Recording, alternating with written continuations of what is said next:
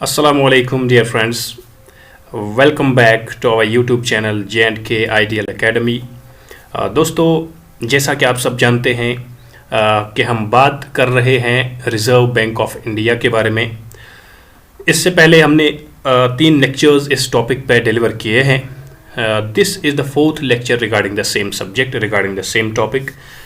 So dear friends, most of the candidates, aspirants are having a query that we are uploading many lectures on the same topic.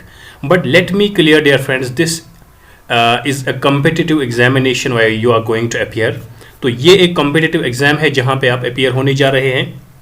So an extensive study is needed in these type of examinations. In examinations में एक बहुत ही extensive type की study दरकार होती है, ज़रूरत होती है, ताकि आपके जो लेक्चर्स हैं, आपके जो टॉपिक्स हैं, जो सिलेबस में दिए हैं, उसके पूरे स्फीयर्स कवर किए जा सके.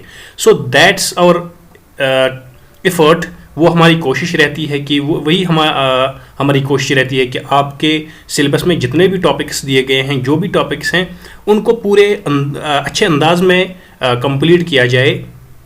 उनके पूरे स्फीयर्स जो है, वो पूरे एंगल्स जो हैं वो कवर किए जाए.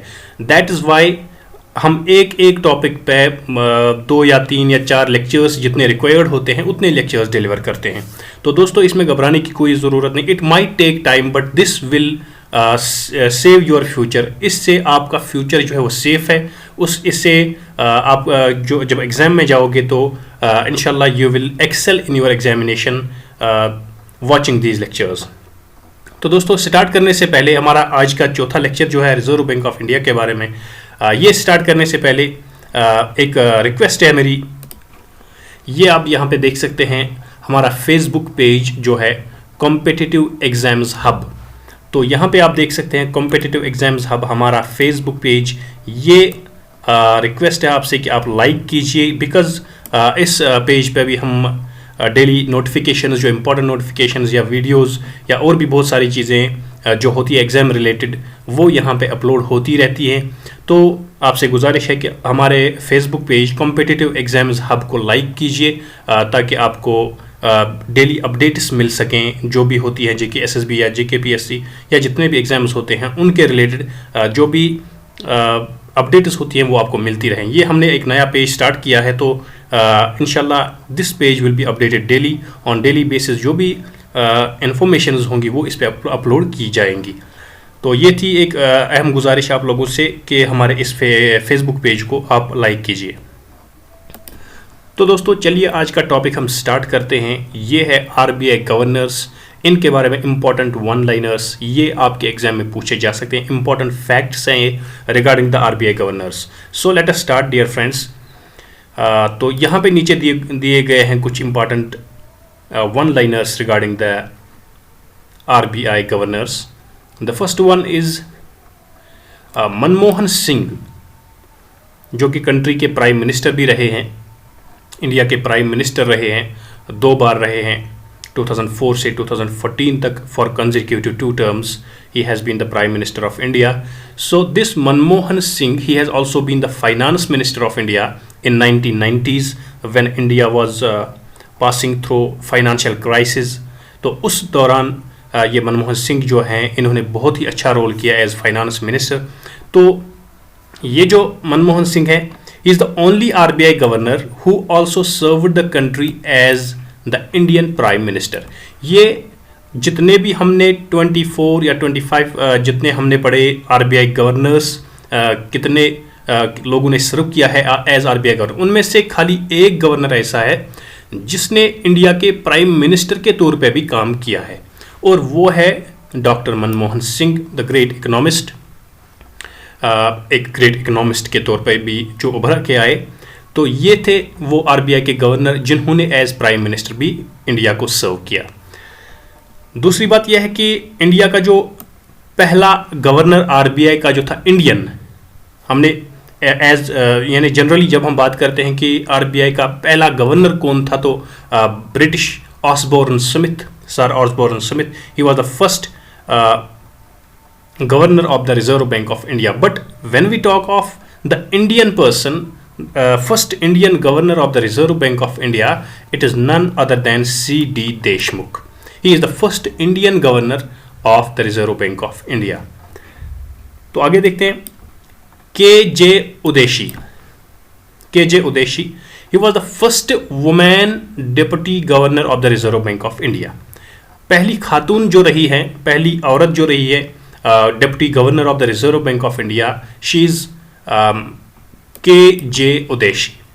और इनका टेन्योर जो स्टार्ट हुआ है वो जून 10 2003 से टिल अक्टूबर 12 2005 तक, यानी 2 साल के लिए. ठीक है. जो आरबीआई के गवर्नर हैं मनमोहन सिंह जो रहे हैं, ये 1982 से 1985 तक रहे हैं. ये भी याद रखने की चीज़ है, 1982 से 1985 तक इन्होंने सर्व किया है as RBI governor for a period of 3 years. RBI के गवर्नर को अपॉइंट किया जाता है by the prime minister's office. दोस्तों, पिछले लेक्चर में हमने बोला था कि आरबीआई का जो गवर्नर है, हिज टर्म इज 4 years. ठीक है. But that was a misinformation and we are very sorry for that. Inconvenience is highly regretted for that. तो आरबीआई के गवर्नर की जो टर्म होती है उसकी टर्म 3 years होती है, 3 साल की टर्म होती है आरबीआई के गवर्नर की. तो हमने पिछले लेक्चर में I would like to repeat, I had talked about the RBI governor's term in the last lecture and I had told that it is 4 years, but the actual term of the RBI governor is 3 years. 3 साल की term होती है reserve Bank of India के governor की. ठीक है. लेकिन फिर बाद में इसको एक्सटेंड भी किया जा सकता है. ठीक है. इस टर्म को ज़्यादा से ज़्यादा 2 साल तक एक्सटेंड किया जा सकता है. So the RBI governor is appointed by the prime minister's office. Prime minister's office इसको अपॉइंट करता है, लेकिन इसको अपॉइंट करने में यूनियन का जो फाइनेंस मिनिस्टर होता है उसकी रिकमेंडेशंस लेना भी ज़रूरी है. ठीक है.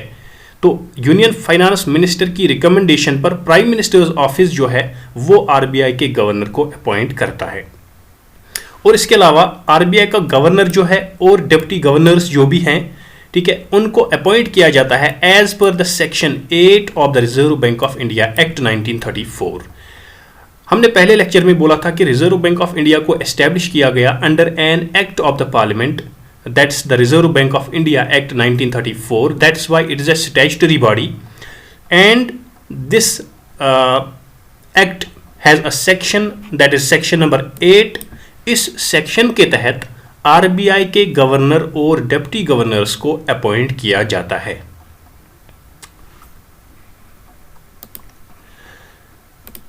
इसके बाद देखते हैं कि लॉन्गेस्ट टर्म जो है आरबीआई एज आरबीआई गवर्नर, जो लॉन्गेस्ट टर्म में सर्व किया है आरबीआई को, वो है बेनेगल रामा राव. इन्होंने 7 साल के लिए एज गवर्नर काम किया. रिजर्व बैंक ऑफ इंडिया के गवर्नर के तौर पे इन्होंने 7 साल के लिए काम किया, फ्रॉम 1 जुलाई 1949 टू 14 जनवरी 1957. तो 7.5 साल तक इन्होंने काम किया as the Reserve Bank of India governor and this was the longest term. And if we talk of the shortest term, तो शॉर्टेस्ट टाइम के लिए आरबीआई के गवर्नर के तौर पे अमिताभ घोष ने काम किया. Amitabh Ghosh, he served as the RBI governor for the shortest period of time, that's only for 20 days, starting from January 15, 1985 to February 4, 1985. तो इन 20 दिनों के लिए अमिताभ घोष ने आरबीआई के गवर्नर के तौर पे काम किया. तो इन्होंने सबसे शॉर्टेस्ट पीरियड के लिए काम किया है as RBI governor and longest period के लिए बेनेगल रामा राव, उन्होंने 7.5 साल के लिए आरबीआई के गवर्नर के तौर पे काम किया. तो दोस्तों, ये थी कुछ अहम बातें आरबीआई के गवर्नर्स के रिलेटेड. अब देखते हैं legal framework of the Reserve Bank of India. किन किन लीगल फ्रेमवर्क से, किन किन एक्ट्स के पर्व्यू में reserve Bank of India fall होता है. तो ये हैं कुछ एक्ट्स जिनके पर्व्यू में, जिनके तहत ये रिजर्व बैंक ऑफ इंडिया काम करता है. इनमें सबसे पहला जो है reserve Bank of India act 1934. इसके बारे में हमने पहले लेक्चर में भी बात की that reserve Bank of India was established under the Reserve Bank of India act 1934. इस एक्ट के तहत रिजर्व बैंक ऑफ इंडिया को एस्टैब्लिश किया गया 1935 में, अप्रैल 1935 में. इसके बाद पब्लिक डेट एक्ट 1944, इसके बाद government securities regulation act 2007, banking regulation act 1949, foreign exchange management act 1999, इसको फीमा भी बोलते हैं शॉर्ट में, FEMA, and that's the abbreviation for this, securitization and reconstruction of financial assets and enforcement of security interest act 2002, ये 2002 का act है, इसके तहत भी RBI काम करता है। Credit information companies regulation act 2005 and payment and settlement systems act 2007। ये हैं कुछ एक्ट्स जिनके तहत, जिनके प्रोविजंस के under reserve Bank of India अपनी डे टू डे फंक्शंस जो है वो परफॉर्म करता है। दोस्तों आपको खाली याद रखने हैं ये एक्ट्स, इनके बारे में डिटेल में नहीं पढ़ना है, because you might be asked in your examination that which of the following acts is not related to the functioning of the Reserve Bank of India. तो ऐसे एक क्वेश्चन पूछा जा सकता है कि कौन सा एक्ट इनमें से है जो रिजर्व बैंक ऑफ इंडिया के ऑपरेशंस, उसके फंक्शंस के साथ रिलेट नहीं करता है। तो आप कि इनमें से तीन ये आंसर्स दिए होंगे और एक डिफरेंट होगा, तो वो उसका राइट आंसर होगा। तो इसलिए आपकी इन्फॉर्मेशन के लिए हमने यहाँ पे ये एक्ट्स मेंशन किए हैं, लेकिन इनको डिटेल में पढ़ने की ज़रूरत नहीं है। तो दोस्तों इसके बाद बात करेंगे RBI पॉलिसीज़ की, रिजर्व बैंक ऑफ इंडिया की पॉलिसीज़ की। देखिए ये बहुत ही इम्पॉर्टेंट यहाँ पे आप लोगों को समझना होगा। रिजर्व बैंक ऑफ इंडिया की जो पॉलिसीज़ हैं, these are very important to understand.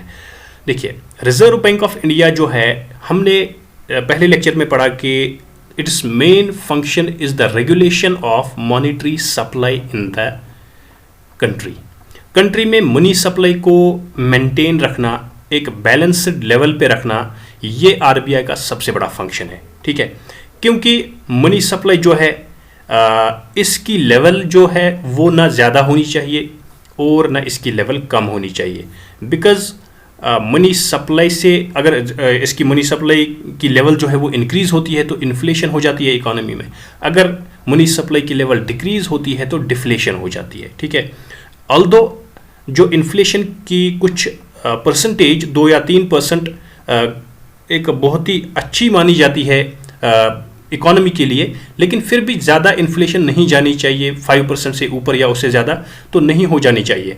इसलिए मनी सप्लाई को कंट्रोल में रखने के लिए, मनी सप्लाई को बैलेंस में रखने के लिए RBI एक पॉलिसी इम्प्लीमेंट करता है जिसको कहते हैं मॉनेटरी पॉलिसी।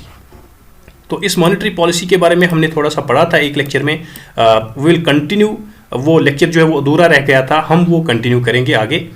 तो मॉनेटरी पॉलिसी अडॉप्ट करता है रिजर्व बैंक ऑफ इंडिया, और इस मॉनेटरी पॉलिसी के कुछ टूल्स होते हैं।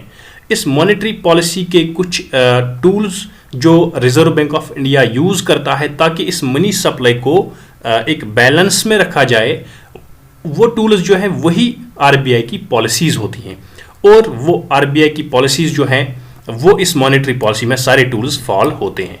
तो इस मॉनेटरी पॉलिसी के टूल्स क्या हैं?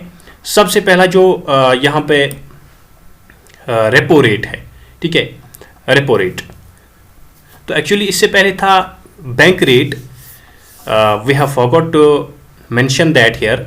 इससे पहले मैं थोड़ा सा बैंक रेट को डिस्कस करता हूँ। बैंक रेट देखिए, बैंक दो तरह के होते हैं, एक सेंट्रल बैंक ऑफ इंडिया, एक सेंट्रल बैंक है रिजर्व बैंक ऑफ इंडिया, दूसरे होते हैं कमर्शियल बैंक्स। ठीक है, जो हम देखते हैं कमर्शियल बैंक्स जो हमारे लोकेलिटी में भी पाए जाते हैं, like Jammu and Kashmir bank है, एक्सिस बैंक है, HDFC बैंक है, या कोई और बैंक है, पंजाब नेशनल बैंक है। तो इनको कहा जाता है दीज आर कमर्शियल बैंक्स। तो जिस तरह एक कमर्शियल बैंक अपने कस्टमर्स को, यानी हमें कुछ लोन्स देता है एक फिक्स्ड इंटरेस्ट रेट पे, उसी तरीके से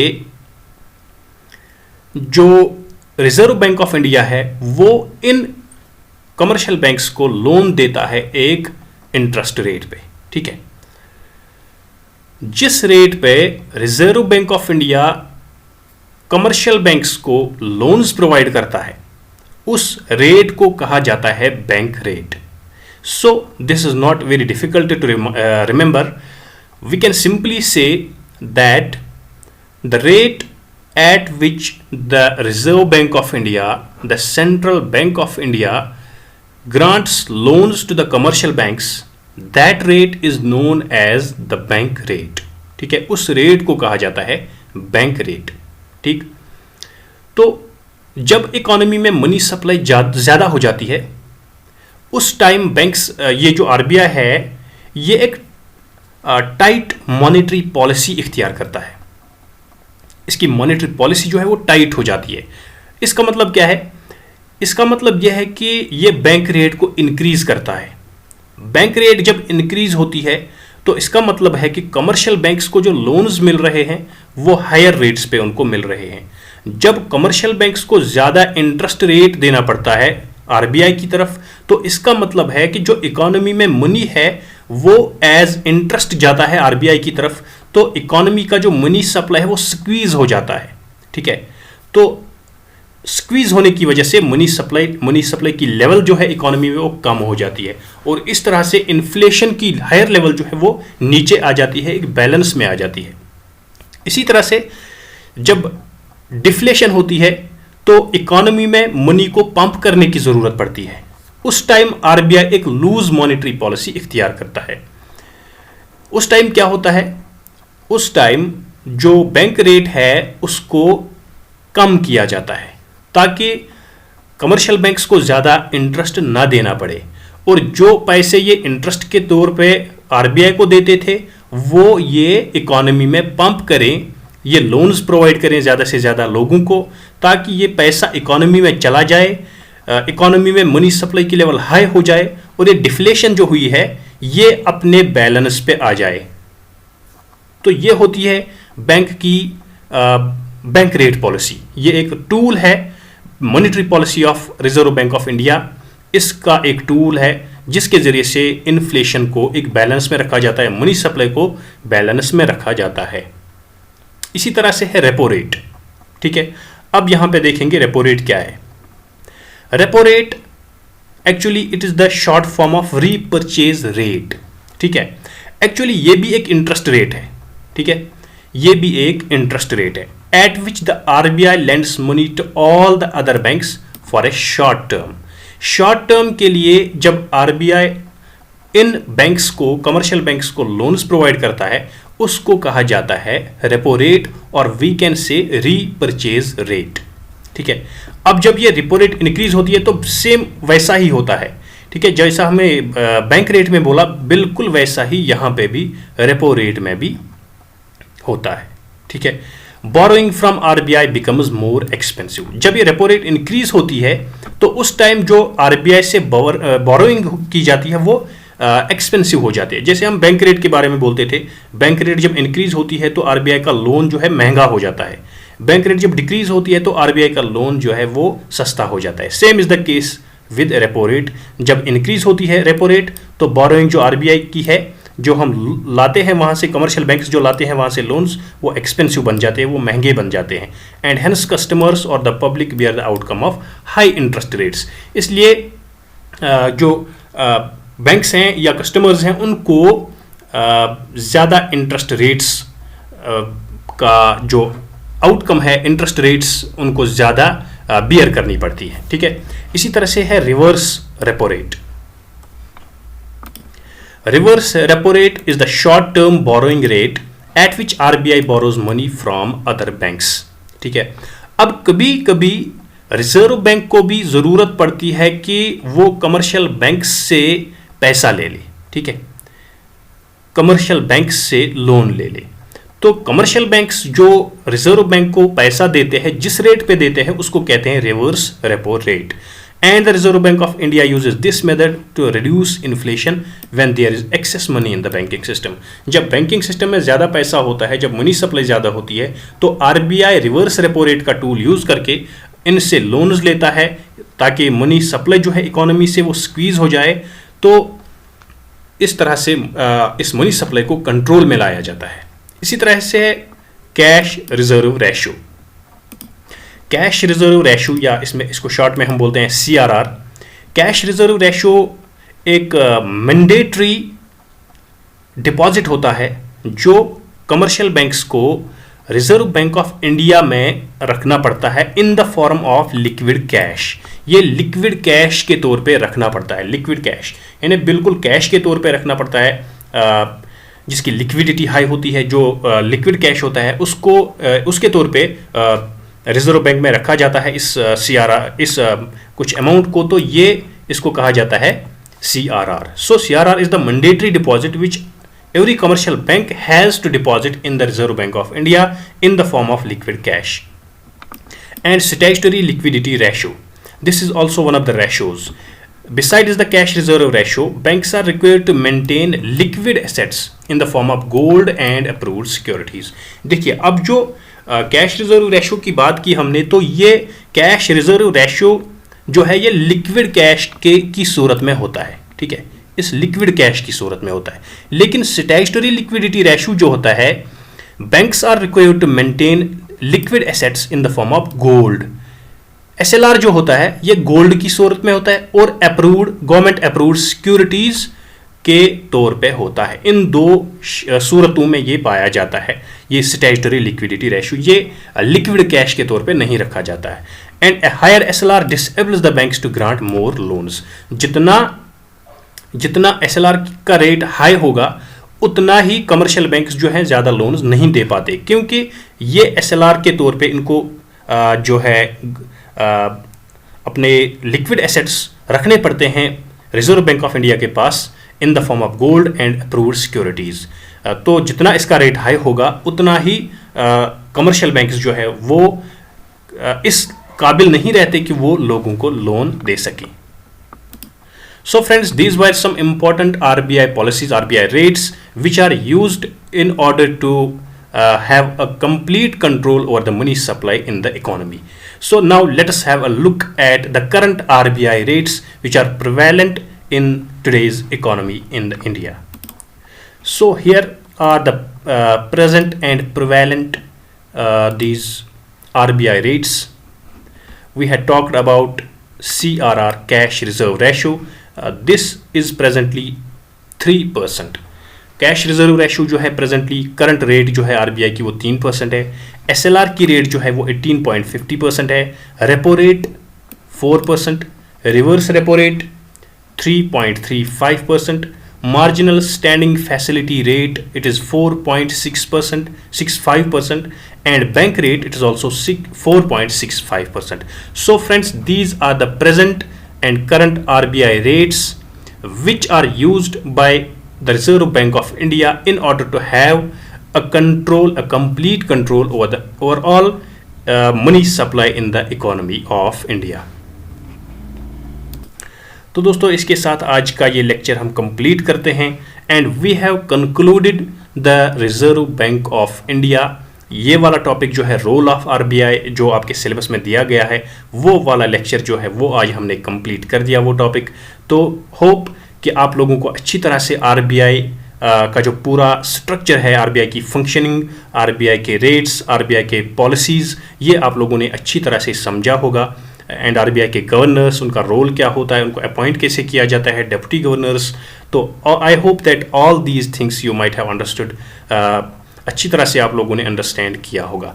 तो दोस्तों इंशाल्लाह अगले लेक्चर में आप लोगों के साथ फिर मिलते हैं। We will try to complete the overall जो सिलेबस आपके फाइनेंस अकाउंट्स असिस्टेंट के लिए जितना हमसे हो सकेगा उतना हम कंप्लीट करवाएंगे।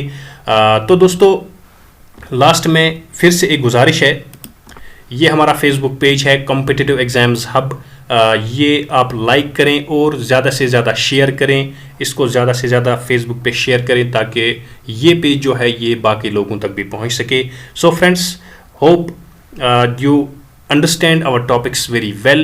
Inshallah we will try to make you more understand more and more, ताकि इकोनॉमिक्स का जो सब्जेक्ट है, जो खौफ है आप लोगों के दिलों में, वो बिल्कुल ख़त्म हो जाए, आपको इकोनॉमिक्स बिल्कुल ईजी लगे। इंशाल्लाह यही हमारी कोशिश रहेगी। अल्लाह हाफिज़।